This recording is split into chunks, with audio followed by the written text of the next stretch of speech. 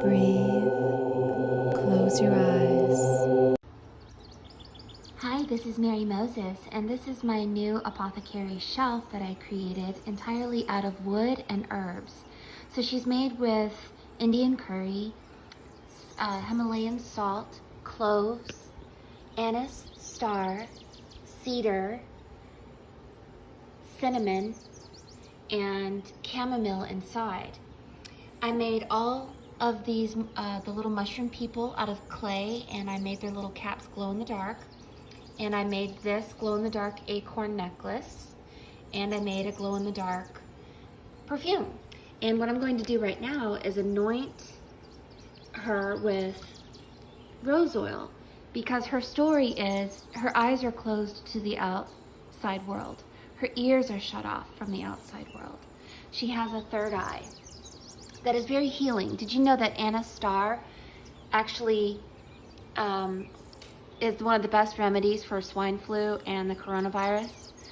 And so it's healing to go within and not believe your outer reality, because your inner world is where you create your reality. So it's always best to go within instead of looking without. I made I don't know if you can see her face. I made a statue out of a stick. It's her leg right there. And she's holding the necklace, so she's kind of a jewelry holder, perfume, and this is real moss. This is an antibiotic moss, a lichen, and this one is old man's beard. It's an antibiotic and it's healing. And these are some feathers I found in the yard. She's got acorns in her hair as well. But I'm going to anoint her right now behind her, so that when I walk past her, I not only smell the cinnamon, curry, clove, and the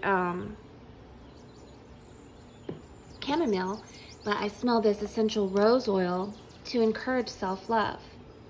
Now that's an acorn cap that I filled with solid perfume. There's another acorn cap I filled with solid perfume.